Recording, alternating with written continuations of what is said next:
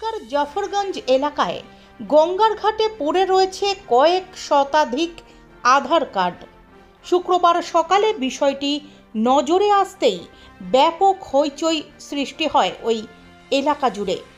Original আধার card কিভাবে গঙ্গার ধারে পড়ে থাকতে পারে তা নিয়ে ইতিমধ্যেই প্রশ্ন উঠতে শুরু করেছে।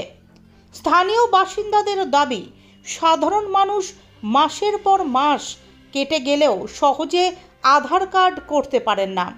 আধার কার্ড করা থাকলেও আবার পোস্ট অফিসে মাসের পর মাস পড়ে থাকে।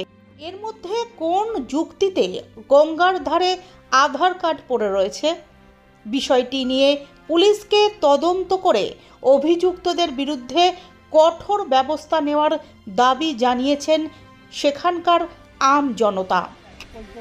সকালবেলাতে আমি যখন ঘুমিয়েছিলাম তো আমার এক বন্ধু ফোন করলো, এই সামনেই বাড়ি।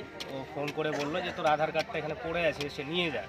তো আমি আসলাম, রীতিমতো গঙ্গার ধারে আসলাম, ঘুম থেকে উঠে রীতিমতো এসে দেখি যে আমার আধার কার্ড প্লাস আরও অনেক, মোটামুটি প্রায় 30-40টা মতো আধার কার্ড এখানে পড়েছিল।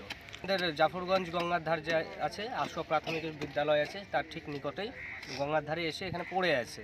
তো এসে আমি দেখি রীতিমতো যে অনেক কটায় আধার কার্ড পড়ে আছে, আমার নিজেরটাও পড়ে আছে, নিজেরটা নিলাম। প্লাস আমি এলাকার কিছু ছেলেগুলোকেও ডাকলাম, ডেকে বললাম যে দেখ এখানে অনেক রিলেটেড হতে পারে ওদেরও। ওরাও এসে দেখলো যে হ্যাঁ অনেক ওদের আত্মীয়দের মধ্যেও আছে, ওরাও এসে দেখলো।